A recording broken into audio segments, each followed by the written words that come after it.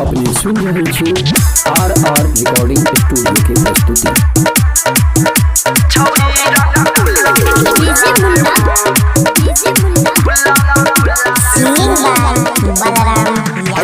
के मन हरी छौरी मंगाबो ने सरी सीधे घुस जेबो तोरा के घर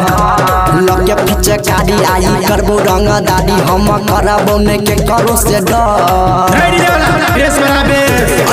के मन हरी छौरी मंगाबो ने सरी सीधे घुस जेबो तोरा के घर लगे पीछे कारी हम करबो रंग दादी आई करबो ने के करो से डर किसरबा बाबा के पुल्हा लेबो छौरी रंग खुल्ला खुल्ला देबो किसरबा भाइयों के पुल्हा लेबो छौरी रंग खुल्ला खुल्ला देबो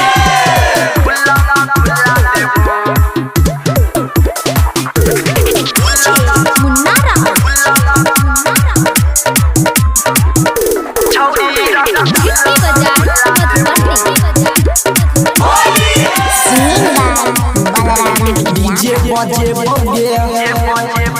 लंडा नचे बोगे होली के मजा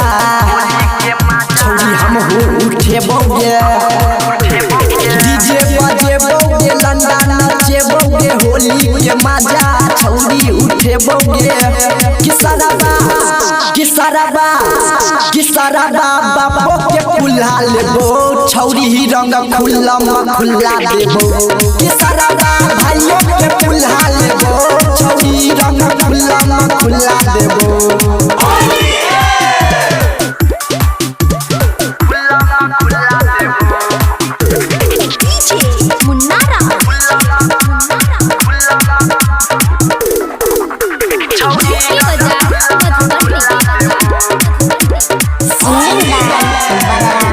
बटोला से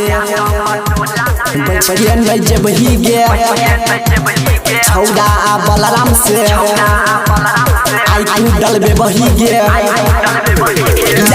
बटोला से बच के नहीं जे बही गे छौड़ा बलराम से आई तू डलबे बही गे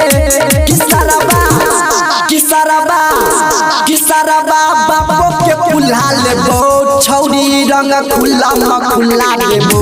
किसरबा भाइयों के पुल्हा लेबो छौरी रंग खुल्ला खुल्ला देबो।